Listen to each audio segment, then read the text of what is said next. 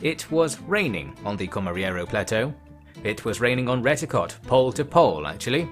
That's a problem on its own, so things get a little hairy once we add in some magic. This wasn't technically rain. What was it? It's timefall, Paulo said. It's timefall, Shah said. It's timefall, Stave said. What the bloody bits is timefall? Boy demanded to know. I bet you're curious as well. Remember Staves' second puberty? That's what happens when you drench yourself in timefall. Here's how it works, Paulo began. The water has been filled with this kind of inconsistent radiation that constantly alters the energy of the particles over time. On a quantum scale, the effect is that the time components of its wave functions get widened, spreading the particles out in time. When they hit the cells in your body, that energy is passed into you, and the same thing happens to the fundamental structures that regulate cell reproduction. Since going back along the time dimension is impossible, the time uncertainty sends them forwards, degrading them. Then, your cells reproduce with damaged telomeres, producing the effect of rapid aging. A brand new twist-up, Comariero commented. Exactly, Comariero. It is like a twist-up, like the time component gets tied into a knot, with several flows running back around on themselves. And the effect is that it makes us all look older? What's the point of that? Holt asked. It's no illusion. The telomere degradation will weaken your immune system and make you just as weak as being truly elderly. So weak that the natural bacteria on a household object will be enough to kill you. In other words, stay out for long enough and you'll pretty much just die of old age, far as it will appear. I thought they weren't going to kill everyone anymore, Tokka complained. They want to kill us, but not the plants and such, darling, Shah explained. I think this is a very elegant solution to that. So what are we supposed to do, just never go outside again? Boy asked.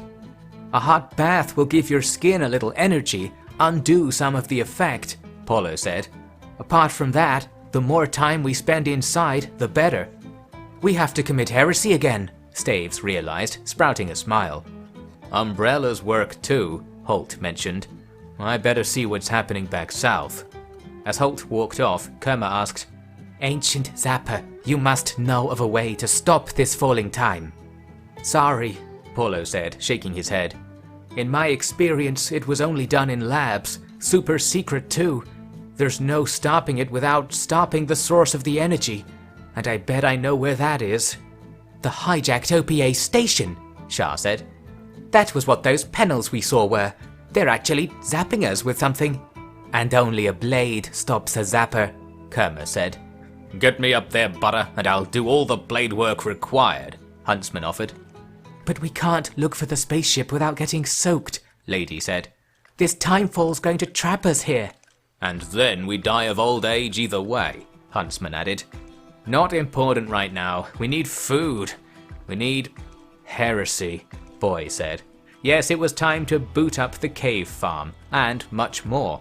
Some of these smaller fields were quickly covered in makeshift ceilings to make them accessible. Then the bright sun bulbs were welded to these ceilings to create what can only be described as an outdoor-indoor farm. Meanwhile, Holt got the newly refurbished lab gear to link up with the Tetius long-wave radio channels, giving him a line back home to Councillor Satsuki. He explained the whole timefall thing, but Satsuki didn't really understand. It was explained very poorly, mind you, yet in this case, it's all just a bit much to take in. At least the conclusion was simple enough. Don't go outside. We still have the gear from the blackout, I suppose, but this isn't what we need, Satsuki said. Not like it's my fault, Holt replied. You just seem to be in the middle of all this. Not me, it's the core people, passage admins. Speak of which, you heard anything from the local OPA crews? No, I have reason to believe there've been a lot of ship crashes reported lately. OPA gear was found at the sites where we got to them first. Saw one of those too. Apparently the IPA is planning to kill literally everyone who isn't them. And you need a spaceship to stop them? Our guy here thinks it's possible, The way I see it, we're out of trucking options. You'll just be another ship crashing in flames. Use your brain for a moment. Fine, we'll just die here then. Or we can be responsible and try to find a way to get through this. That's your job. Someone might as well play the wild card. I'm no loss to you now if it all goes down the grill, am I? You really think that? Alright, if that's how you want to be about it, I'll send you these coordinates. I don't get it. Get some of your weird friends to go here. One of my teams recovered the core processor from a shipwreck before... It was scarier beasts, I think. It's still there, probably. All spaceships need these processors to fly at all. Man, that's actually pretty good, honey. I'm sure you'll return the favor by not using it to kill yourself. Better yet, I'll use it to save everything. Too late to save everything, Halt. Yeah, I know, Counselor. Shah was able to confirm this tip about processing cores being essential components on spaceships. Whether we get to the ancient spaceship or not, a new core is our ticket out of orbit, she explained. In fact, if we had a core, we could... Never mind. Someone pop out and grab it if you have the time. I'll be at the lab, trying not to get sent forward in time. The coordinates were pointing to the other side of a mountain off the west end of the plateau. Several days' travel in the pouring rain at least. However, Holt's umbrella tip came in handy. By tying sheets between megasheep, a little dry zone could be created in the middle of a herd, with enough space for a few people to keep dry. As for the sheep themselves, their fur was about a foot thick, so any rain was going to wash off to the ground well before it hit the actual creatures deep inside. Paulo volunteered to go to make sure the core made it back safe.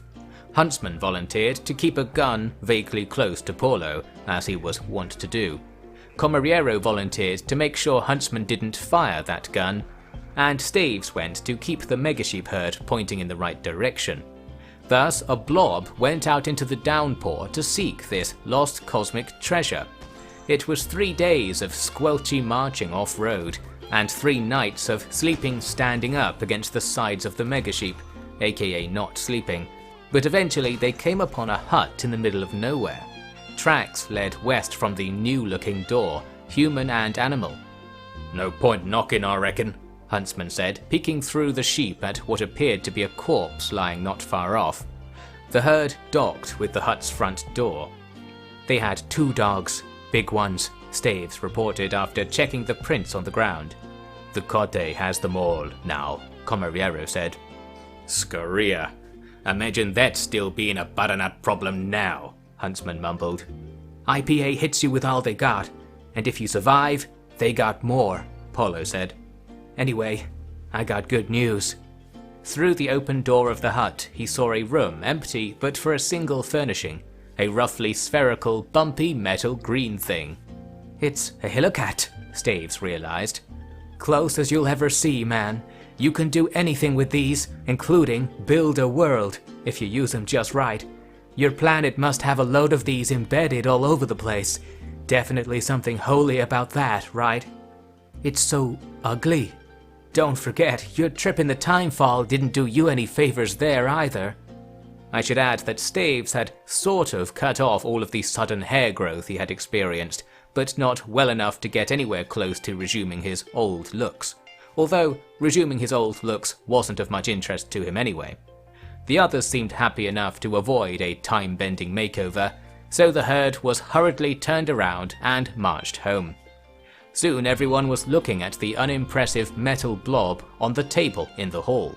What does it do then? Boy asked. Attach a rocket to it, and it will take you wherever you want to go, Shah said. What's a rocket? You'll see, I expect. Right. We can travel as far as we want with the megasheep armor, Stave said. Maybe you can, Butter, Huntsman added. Butternut tubes on orbital are less cramped than that.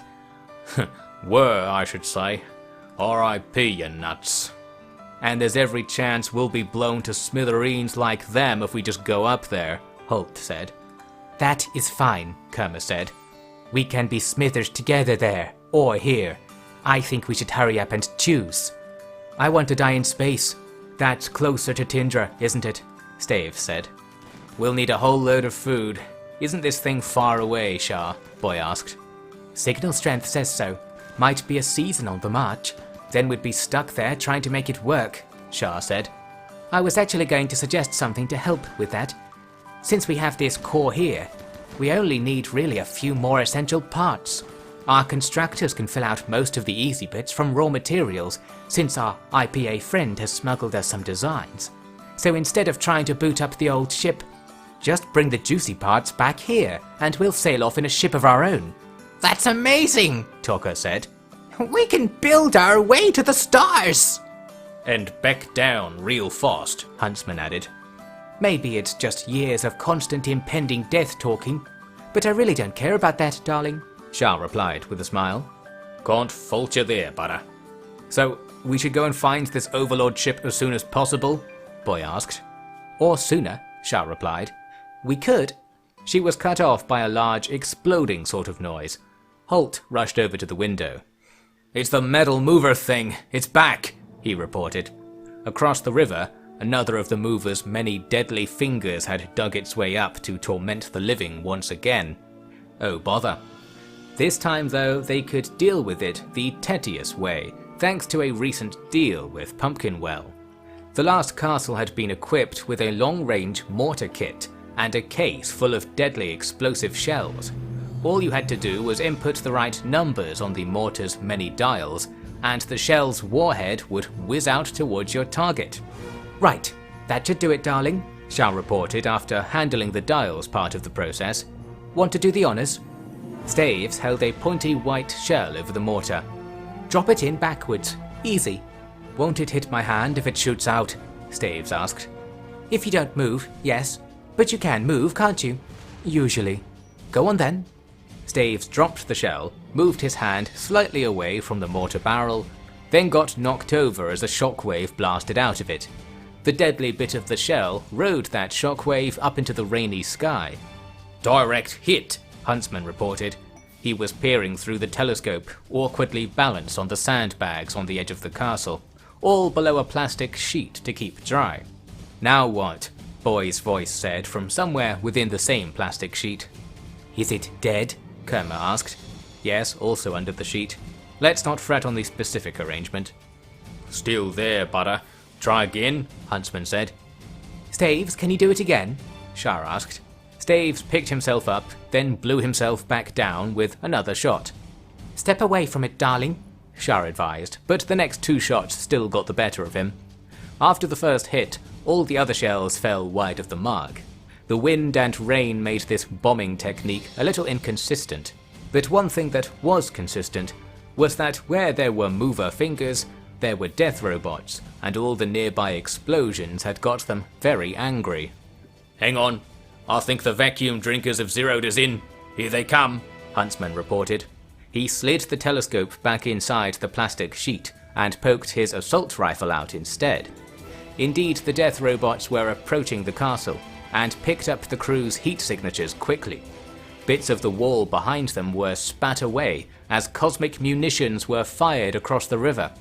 The crew opened up with their own newer munitions in return, starting a long-distance gun battle, immortal killer robots versus a bunch of sweating humans trying to keep a tarpaulin level over their heads while they shuffled about and took pot shots over the sandbags. The real danger was for Staves, who had to stand up behind them to operate the mortar, with only a makeshift megasheep wool umbrella for cover, tied on his back with a rope. Keep doing whatever you're doing, Wonk, Boy insisted. Need to kill that hollow bit out there before it smells my crops. I think they see me though, they might shoot me, Staves complained. I've got you, just focus on blowing them back to year zero, Shah said. She brandished a rifle and stood between Staves and the death robots, braving a few new grey hairs in the rain. No need to protect your stupid mover anymore. This place isn't going to get terraformed again, ever, she shouted, before clacking off a load of bullets. One of the roundish tank-like death robots shuddered, then rolled out of control into the river and was washed away. Be careful, Tucker shouted from under the tarp. The less we're shooting at them, the more they're shooting at us, Shah shot back. That is the truth of it. I will give my time to destroy the living metal. Comariero declared, standing up with enough force to fling the tarp off everyone else too. Guess we're doing this then. Light those pace pushers up! Huntsman shouted. Everyone took aim and unloaded all they had at the line of robots opposite. Meanwhile, Staves had got into a steady rhythm, keeping the mortar thumping away behind them. Blasts were splitting the mover finger into pieces, exposing soft innards for more shells to do away with. Soon the whole thing was pummeled out of operation, the tunnel it had dug collapsing when a shell fell down and exploded below the surface. As for its robot guards, they had done a good job ripping up the sandbags the crew were firing from, but in return had been thoroughly perforated by bullets soaring across the river. In fact, only one shot the robots had made had an impact. One of the bigger slug launchers managed to land a hit on the mortar itself, knocking it away from Staves, who very nearly dropped a mortar shell on his own feet. That disaster was avoided, but the bigger problem was where the slug had been before hitting the mortar. Shah looked down and saw a hole in her stomach. There was a corresponding exit on her back. Oh, ow. I wouldn't have stood up if I knew they'd go through me, she said. Shah, are you... Tokka began, but Shah, falling over backwards, answered the coming question. Shah, wait, hang on, Paulo said, taking her by the shoulders and trying to drag her away. Damn it, Grand Wunk, Boy growled, picking her up entirely and rushing her over to the medical chalet. It was for nothing. Shah was already dead. That's the last of them. Back inside, Huntsman called out at the sandbag line. The final robot twirled about and fell apart on the opposite bank. Everyone raced from the riverside back to check on Shah, realizing what had happened the moment they entered the room. Don't, everyone, please, Paulo was saying. He was handing out towels and generally avoiding eye contact. Shah, no! Tokka bawled, falling upon Shah's bedside and carrying on with a great many cries more. They'll pick us off, won't they? Boy said. This isn't fair, Lady said, wiping tears away. Can't they just leave us alone? That is not the roll-up, Kerma scolded her. If you want another way, kill them. It makes little difference either way, but you're free to make your choice. There's no choice to make. You are right. Then have no fear. Sorry, excuse me, Paulo said, budging into the group around the bed. He had extended out a blowwork pipe and stuck it into an infinite campfire at the bed's foot. We got a couple of minutes to dry off and get as warm as possible. Grand Wonk, do you even notice what happened here? Lady shouted. I noticed it, and I know what it means. We're all gonna die now, sure, but not right now. So get those clothes off, take a towel, and dry. He admits we shall die. Is that the truth of it, in your mind? Comariero asked, dropping his clothes a little too freely. She was going to get us up there. She's been preparing this the whole time. I can't really explain it, but it's her work we were going to use. Can't we still use it? Holt asked. I mean, we can try. Then shut up about us all dying, all right? Sorry. Those idiots up there have been executing all the OPA branches. Being down here bought her a little extra time, it seems. That's what the Kodai's all about, right, honey? Exactly, Kerma nodded. We should say her death poems quickly and prepare our own. If you still want to go to space, we should. Shah was excited about it. I think she was right. I will be excited for her now. We all will, Lady said. We have to do this. We have to make it up there. We can't go on like this. And even if we did, we'd be cursing Shah to an empty death, wouldn't we? Death is empty when it does not bring the end of death closer, Comariero said. You are right. The final twist is ours to make. We shall risk the sapping rains, the fires of the cosmic wars, and anything that challenges us here. What happens after that is not worthy of dreaming of. It is all that comes before that matters. I'll go. I'll find the Overlord's ship, Lady offered.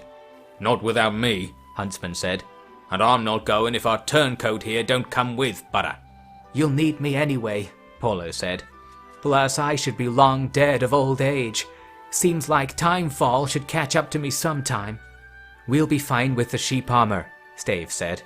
No offense, Stavesy, but you take up a little too much space, you know, Huntsman said. In case you didn't know, Staves was rather overweight, although less and less so thanks to the rigors of Reticott. I will go. I will walk any distance, Comariero said. And I understand how to bring the beasts into chorus. Yeah, 4 is about all the shelter will fit. No sense leaving the castle undermanned if we're gonna be out for a long time, Paulo said. How long will it take? Boy asked. Paulo looked to Shah. She said maybe a season. I'll have to look at her data. Damn, we need to make this work. Then we'll get ready. I'll give you all the food you can carry, Boy said. Gonna be up a few portions a day anyway now. Tokka remained there at the side of the hospital bed until Holt drew out another marble casket with a cosmic quill. It was placed in the main hall, beside Tumus's. The place was fast becoming more of a tomb, which of course can be said of Reticott in general. But Shah's dream would not die with her. The crew were more determined than ever to somehow get off the planet and enact revenge on the IPA up close and personal. They weren't just going to find an ancient spaceship anymore, but break it apart and build a new one, giving them the best chance of overcoming whatever the IPA had waiting for them up there. It was by far the greatest engineering project Reticott had seen since the building of those mighty highways from the first colonization, but the bloody chances were well beyond thinking that was a reason not to try.